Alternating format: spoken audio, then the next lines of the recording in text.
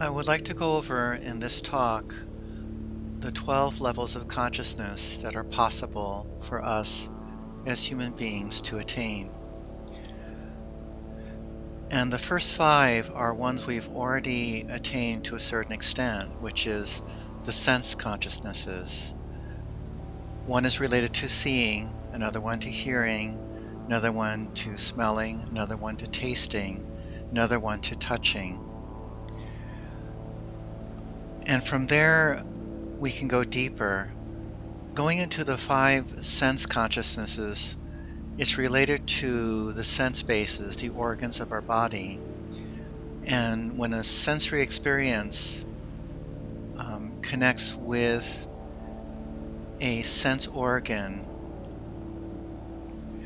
we have a consciousness of something related to eyes and ears, nose, tongue, and touch. And to make this talk experiential, I would like for people to follow what I'm saying as best they can in their own present-centered experience. In the Surangama Sutra, they talk about the 5 sense bases. And what they do is, imagine you're looking at something. You can even pick an object in the room right now. It could be as simple as a pen or a crystal or something you have in your environment. And notice the registration of that object in your eye consciousness. And now what I'd like you to do is choose to be aware of that object. Feel like you're choosing to notice the object. Focus your attention on it. If you are aware and sensitive at that moment, you're bringing in another consciousness into the picture that is, in a sense, becoming one with your eye consciousness. When you notice what you're seeing, that's another level of consciousness appearing inside of your sensory awareness. It's a very beautiful exercise to do. If you're taking a walk in the woods, you can choose to be more aware of your environment. When you put yourself and make yourself present inside your senses, there's something that's called a brightness of the eyes that is activated. It's a certain kind of awareness, stepping into your eyes and seeing things more deliberately. Before, your senses were only passively experiencing things. When you choose to be present in your eyes, a shift of consciousness occurs that is very valuable. And that sensory awareness is very important for meditation, since we're choosing to be aware of our breath. And so when we step into our breathing, become present in the breath, another consciousness is present inside our breathing. And that, in a sense, doubles the pranic energy we get from the breath. We're aware inside our breath.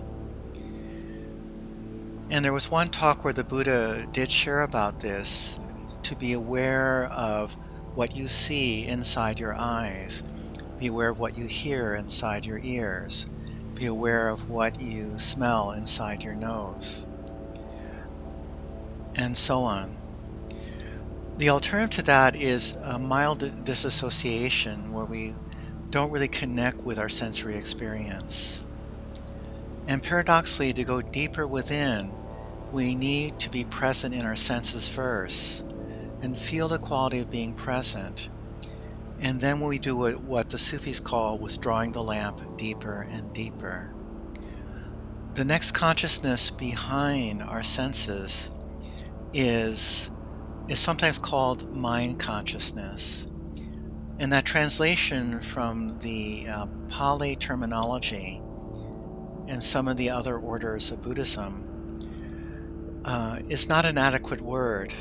One of the challenges with the scholarship side of Buddhism is that when certain words are translated from one language to another, there are not enough terminologies in the next language to describe the states of consciousness that meditators go through when they go deep within themselves.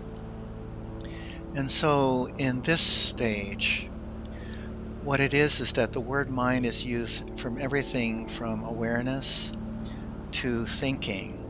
For instance, the word mindfulness is used as a way of putting really high quality attention on your experience in the world. To be mindful when you're washing dishes, to be very aware, caring, and attentive to your experience of washing the dishes. The word mind, though, in usual conversation means our thinking apparatus.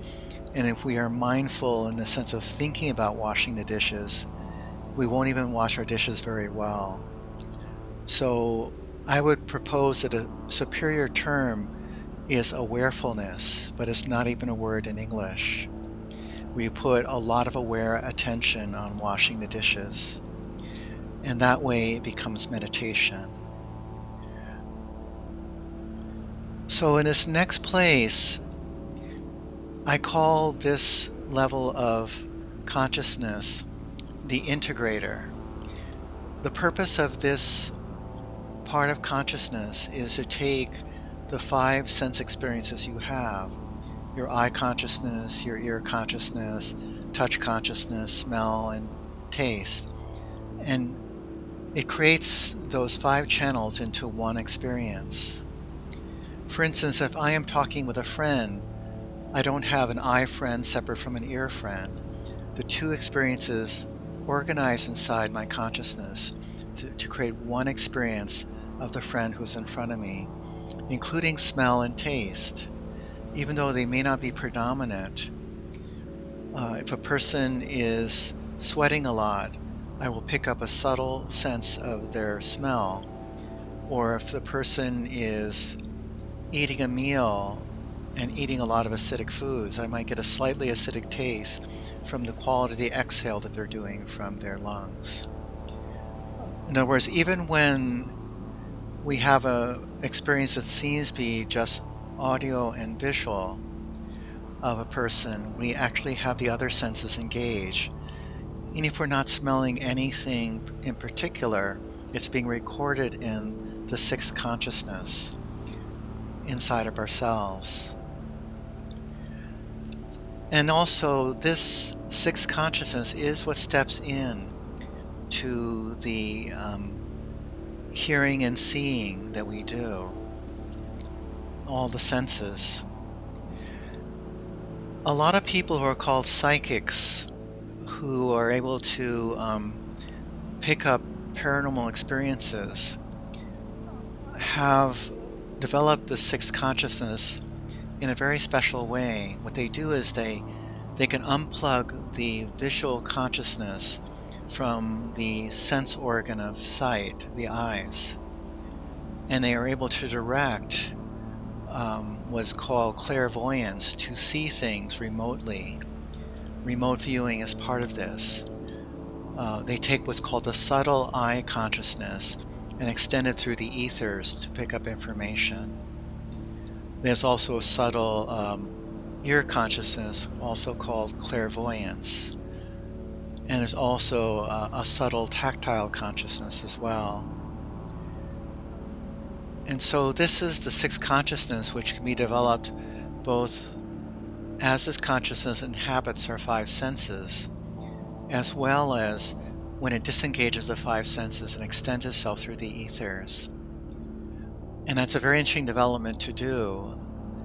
When we go into dream yoga, the ability to step back from the senses of the physical body and to extend them into another place is very important for dream yoga. Also in Patanjali's Yoga Sutras, he talks about withdrawal from sense experience. It occurs on the level of the 6th consciousness, where you pull your energy out of your eyes and ears and those organs. Behind the 6th consciousness is the 7th one, which I call the interpretive consciousness. This is where the usual thinking mind that we know takes place, where we essentially place mental interpretations on our experience. We name the objects of experience with mental labels. And there are two levels of interpretation. One is a very basic level of interpretation that goes, this is a cell phone, this is a coin, this is a nail clipper, these are file cards. And that level of labeling does not get in the way too much. In later, higher levels, any kind of mental labeling can get in the way. But in the beginning, that simple label of everything, which is like the bare facts of the situation, without any interpretation other than labeling things as they are, um, is the first function of the interpretive thinking mind. The second one is where we build whole sentences and constructions with it. And the level of abstraction changes. It gets less and less grounded in actual sensory experience. These mental interpretations can be very elaborate, and they end up being, in a sense, judgments on experience. When we judge an experience, the judgment itself is not part of our experience, it's how we feel about having the experience. This judgment, when it has the energy of condemnation, becomes the second poison of consciousness in Buddhist teachings. I translate as judgmental negativity, otherwise known as hatred or aversion, where I have an aversion energy or resisting energy, which is usually harsh in quality, that's imposed on experience. Addictive craving also has a different orientation, where we label things as sensory pleasures, which is empirical. When we begin to crave those addictive pleasures, then it becomes the first poison of the mind, where we label something and immediately a restless desire to have it comes in there. And the quality of addictive craving is a quality of restlessness and impatience, a feeling that we have to have it. And the third one is obscuring delusion, which we covered a little bit before. It's like a mild disassociation with our experience, which creates a cloud of dullness to it. When we disassociate ourselves from our experience, there's a quality of dullness. And that dull energy becomes like a film that gets sprayed upon our experience. And people who are into an addiction will have all three of these poisons running simultaneously. They will be very attached to getting their addiction fulfilled and very restless to do it. And if somebody recommends they do not have that addiction, they can have a lot of harsh energy and judgment towards a person who's stopping them from having their addiction fulfilled. And then there's also a dull quality because nothing matters besides getting the addiction fulfilled. It'd be like a camera on a movie screen that makes everything fuzzy except the object that is the focus of the attention of the craving. And that dullness prevents us from really seeing and appreciating and learning about the background. There are certain insights in Buddhism that it's necessary to be aware of the background in order to have an insight about our total experience.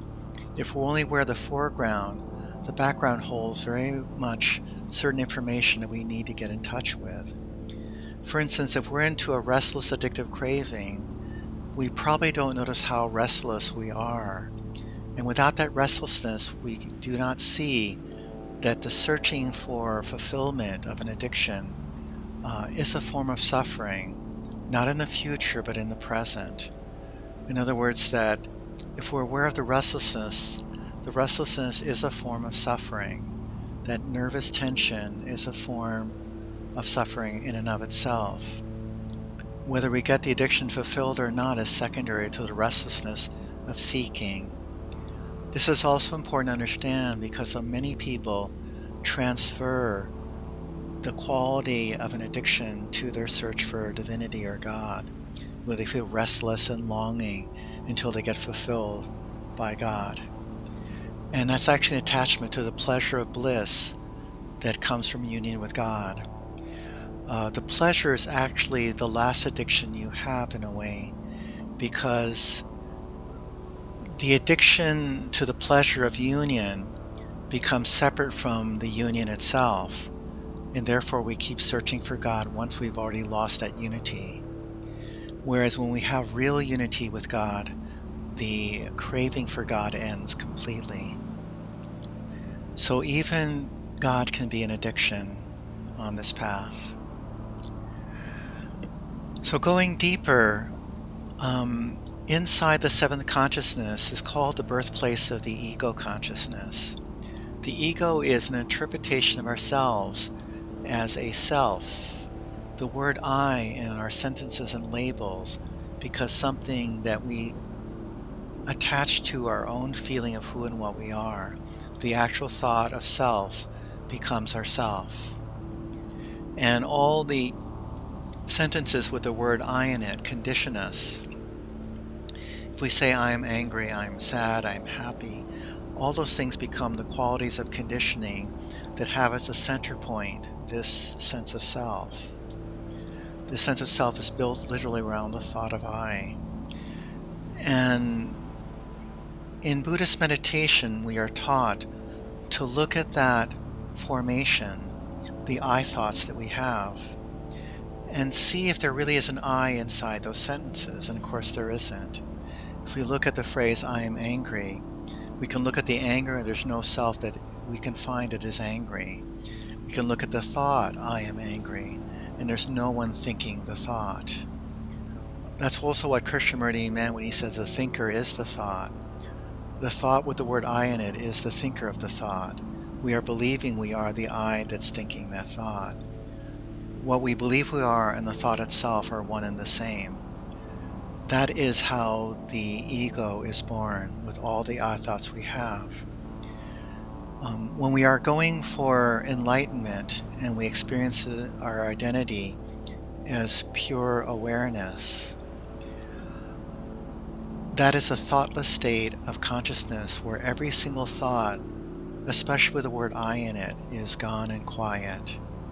And there's no thought to identify with to form our ego sense of self.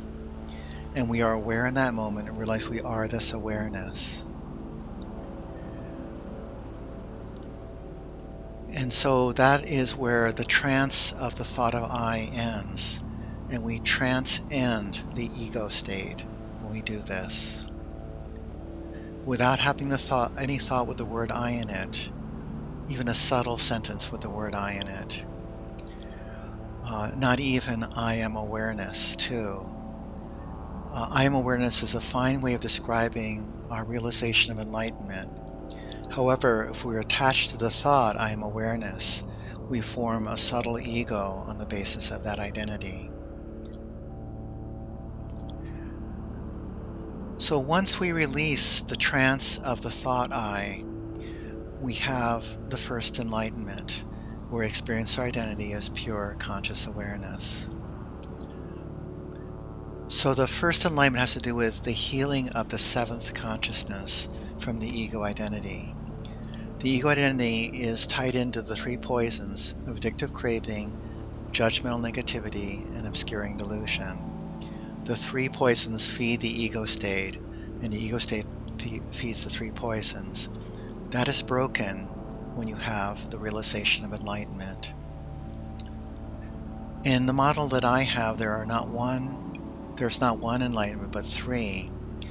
The next two enlightenments are deeper stages of the first one, but important deeper stages to reach. The next stage, the next thing that comes up is when you have the enlightenment of the seventh consciousness, it opens up a door to the eighth consciousness. When you have a realization that you are pure consciousness, pure awareness, all the contents of your subconscious storehouse come up in order to be healed. So you have a process called Fuken Kensho arise. In Fuken Kensho, you have a process of getting more and more enlightened. I'll explain more in detail what that means. Essentially, every self you thought you were in every lifetime comes up to get healed. It's also sometimes called subself healing work.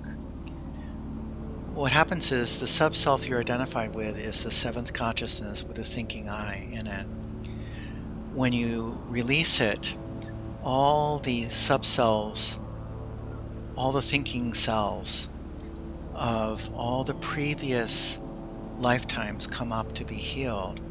And you essentially learn to accept that this is what you've made yourself to be and release that and rediscover you are pure consciousness in every sub-self you've ever been. And you start emptying out the eighth consciousness of all the sanskaras, unconscious thought impressions that form the basis for the seed thought that your personality builds around. When you release that thought, the whole sub-self ends. And therefore you empty the eighth consciousness of those things. It's inner work to keep doing it again and again and again. Contents will come up. You'll suddenly feel free from suffering completely, and all of a sudden a bubble of an ego bubble from a previous lifetime or a previous state of your present lifetime, like your inner child, will come up to be healed. And sometimes you'll get re-identified with that ego state and get lost in it for a while until you meditate through it.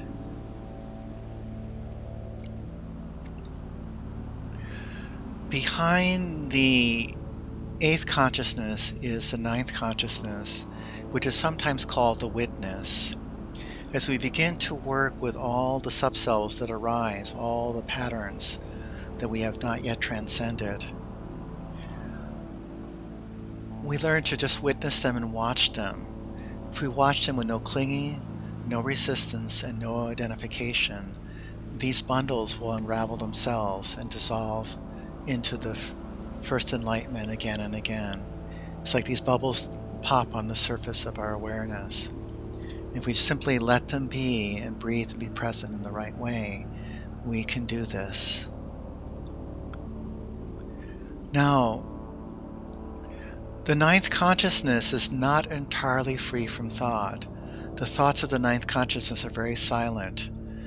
A matter of fact, another name for the witness is the silent witness, the one who's silently aware of whatever is.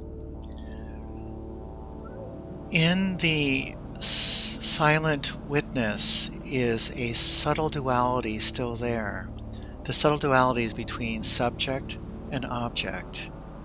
It has a subtle dualism in it where me, the subject and noun, silent witness, is aware of the object, which is what I'm looking at.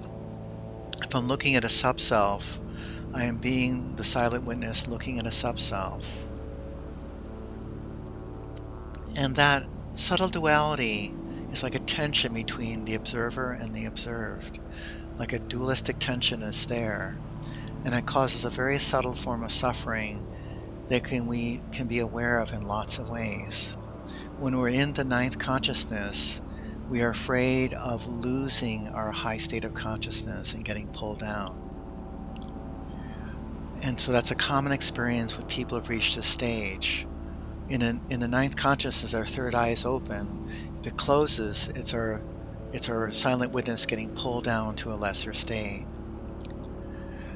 When the subtle duality ends, we have the 10th consciousness. The 10th consciousness is when we are aware of something, and when we're aware of it, we're one with our experience. We realize whatever we're aware of, that sub-self is appearing in our awareness. And also we have a feeling that awareness has no boundaries. and therefore we're one with universal awareness. There's a feeling that there's no line between one awareness and another. Individual awareness is in a sea of universal awareness, and there's no boundaries. We're not one being, we're not two, we're in a unity with this ocean of awareness. So this duality is imposed and makes the ninth consciousness. And as we go up higher and higher to states of consciousness, we release that subtle duality and go into the unity consciousness of the 10th consciousness. The 10th consciousness has this feeling of unity. However, when we come back from our meditation and re-engage the world inside our bodies, we generally do not maintain this feeling of oneness with our experience. So there's a duality between the unmanifest part of our experience of being pure awareness and the manifest part of our experience of being in a body. So there's still another duality there. It's not the duality of subject and object anymore, but the duality between inner and outer, or between body consciousness and non-body consciousness. So there is this, and a lot of the Hindu framework feels the body is somehow a trap, that we get to a deeper state of enlightenment when we release our body. In Theravada Buddhism, it's called going into parinirvana, that we need to drop our body to go to a higher state of unity with the source. That's all, in a sense, a weakness of the 10th consciousness. So when we realize that even in the body, we're one with all our experience, and we're one with this ocean of consciousness. And just like we are one with our body experience, universal consciousness is one with its manifest experience of the universe. And so when we have that duality release, that's the 11th consciousness. The 11th consciousness is where we have this unity with everything, whether it's manifest or unmanifest. So that's another level there, embodied consciousness, where we integrate our body into the feeling of unity. And so therefore we don't have to get out of our body to feel oneness when we're in that state.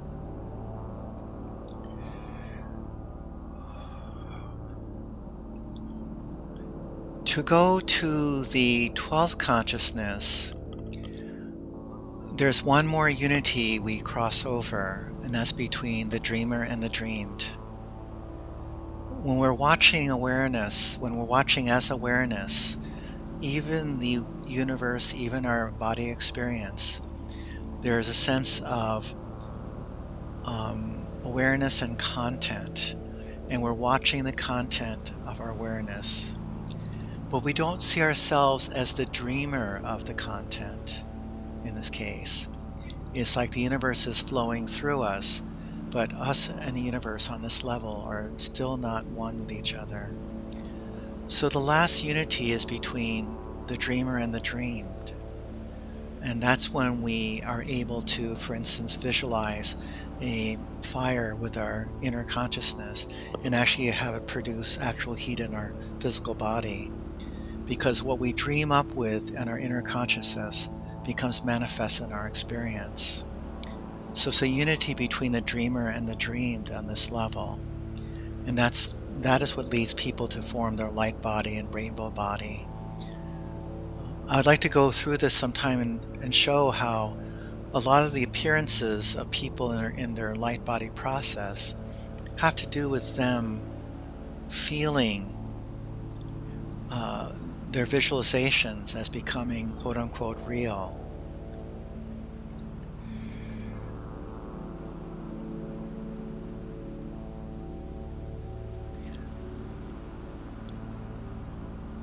The 12th consciousness being the unity of pure consciousness with the dreaming consciousness, with the waking life being a dream within a dream of both of them. The physical body is coming out in some sense of the eighth consciousness, which is the storehouse consciousness. The psychosomatic illnesses of the physical body, and from this point of view, all the illnesses are psychosomatic. They're all generated by the dreaming consciousness. We can dream in one of two ways: consciously through visualization and meditation, or unconsciously through unconscious wishes and desires that we have inside ourselves. For instance, let us say you are upset at a boss who argued with you and fired you.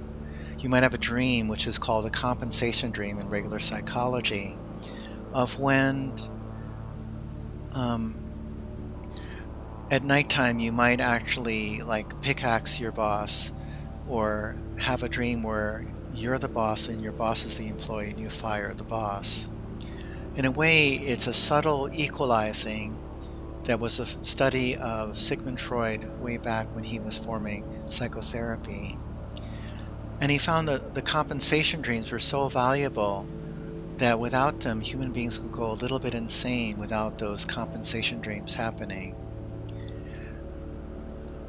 Those dreams are generated unconsciously through unconscious psychological processes, and dreams can reveal a lot of our unconscious psychological processes very easily if we know how to interpret them. And if you do lots of dream yoga, you find that the dreams of other people are very easy to understand when you hear them, because you understand how the dreaming consciousness works. In the beginning, when you do dream yoga, you are doing a kind of higher psychological process to resolve your experience.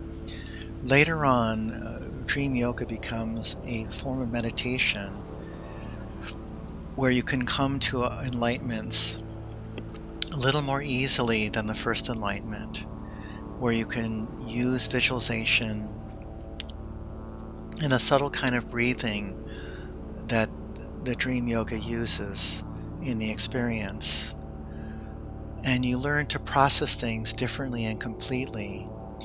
The Chad rite that Macha Glabron brought to Tibetan Buddhism, where you conjure up your inner demon and feed it, is a conscious dreaming process to come to terms with your shadow side and nourish the wound that keeps the shadow side going. And so these are advanced forms of meditation that presuppose that you're able to do samatha practice, where you can watch your breath and calm yourself down, and also to do vipassana practice, where you gain insight through watching your psychological processes.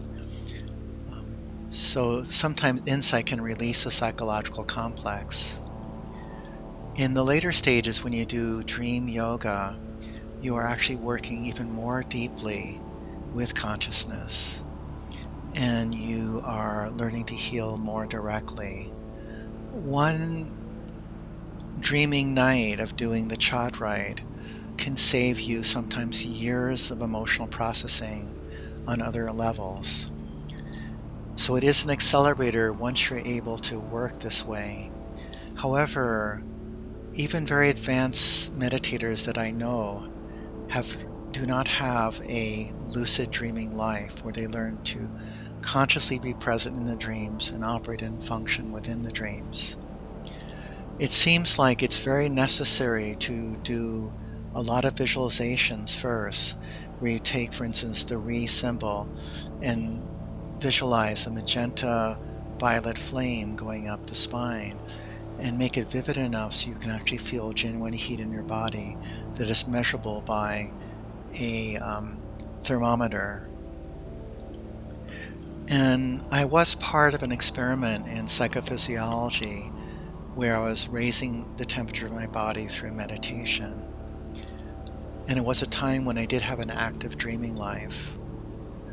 I was doing level 3 Soto Zen Shikantaza meditation, which is very roughly equivalent of the Dumo Yoga of Tibet, where you generate the psychic heat and bring it up.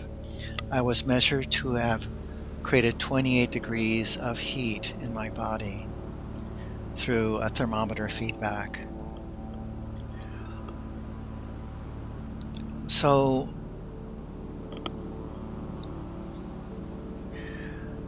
what I'm sharing is that in the last duality, the borderland between consciousness and the universe ends, and you begin to realize that matter is an illusion, that what we call matter is a dream, an appearance in consciousness, and nothing more than that. Just like in a normal dream, when I wake up in the morning, the entire landscape of the dream disappears.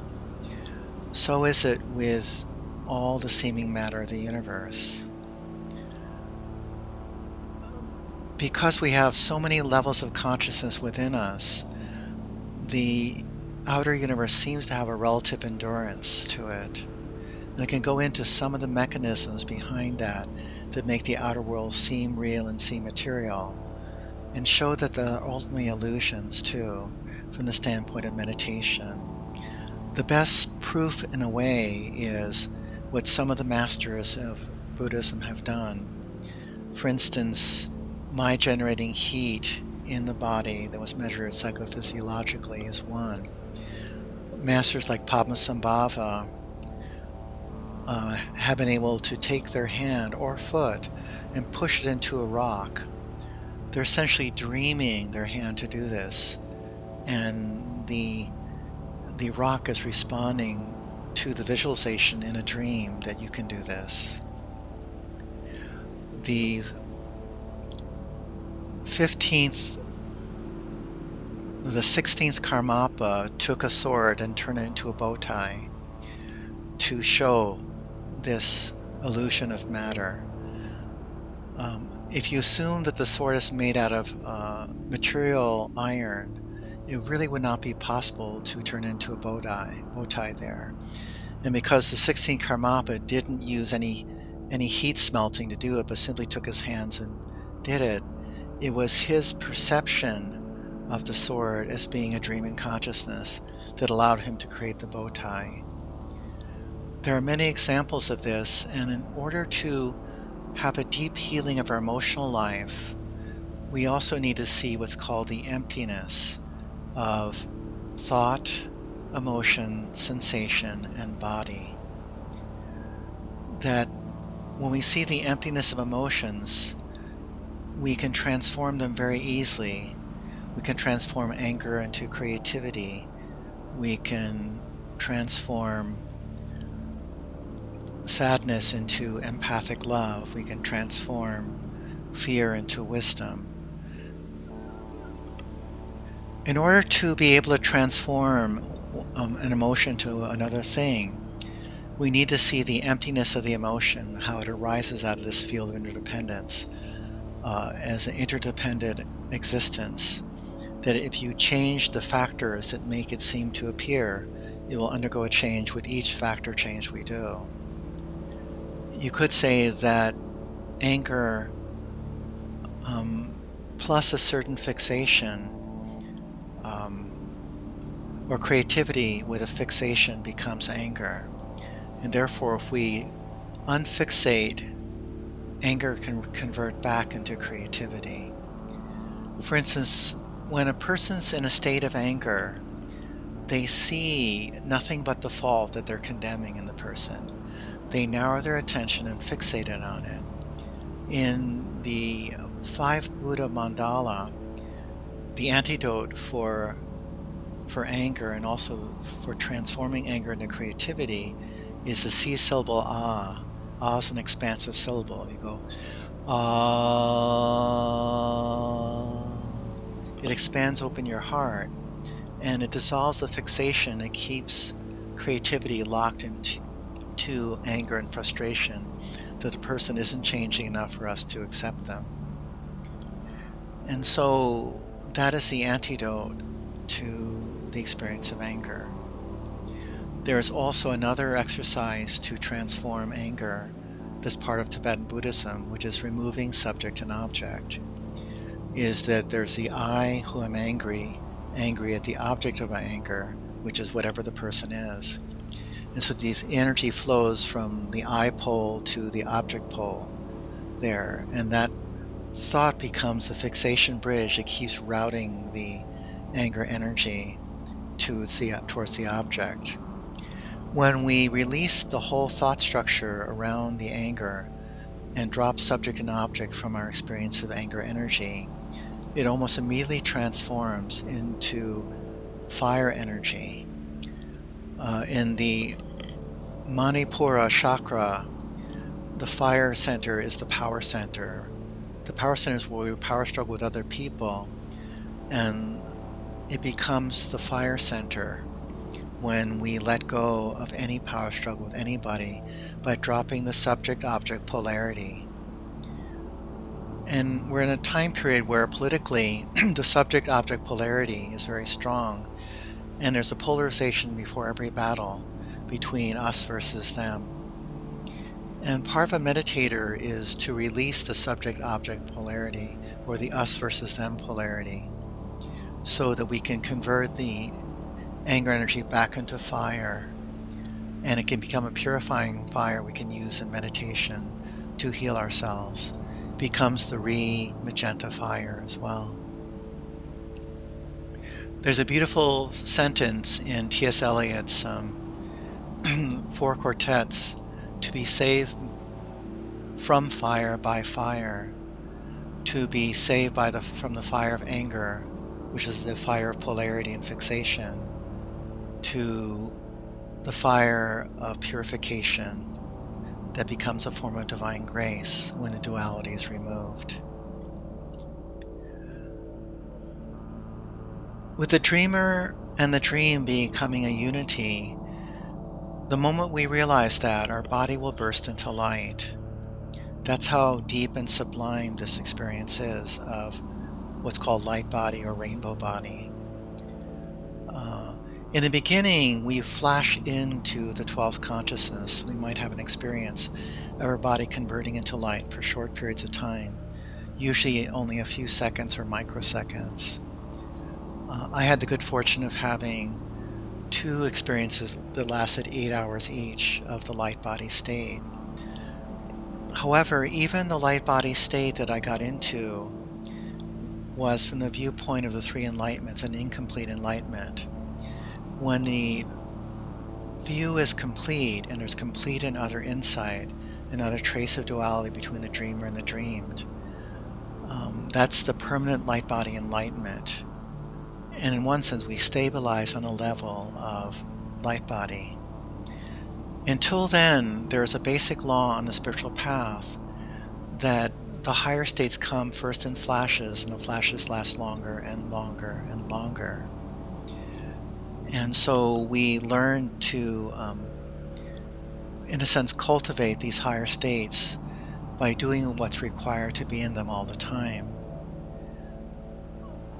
This particular talk is a transmission to just give a general overview of the 12 consciousnesses. And they are always interdependent with each other, with the affliction of a wrong sense of self, once is corrected in the 7th consciousness, being the key to setting in motion the other ones.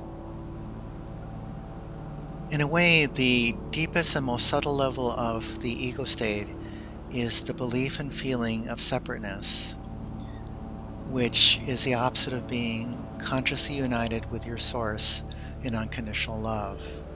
Unconditional love being a non-dualistic love that loves everything no matter what it is, including loving the demons that show up at the chat rite. There's no place for anger to fixate in the light body stage. If someone's angry at you, it'll find no place to hook into inside of yourself. And if for some reason a person who's angry at oneself does this to you, it's a gift, because they've shown a little hook of duality that's still holding you back from pure consciousness. And so one of the transitional yogas is to be grateful that you've gotten hooked in by somebody, because they showed something you need to let go from your 8th consciousness storehouse.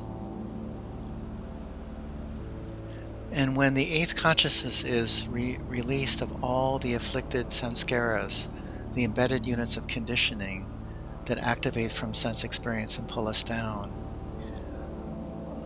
when it's empty there, it merges with the dream.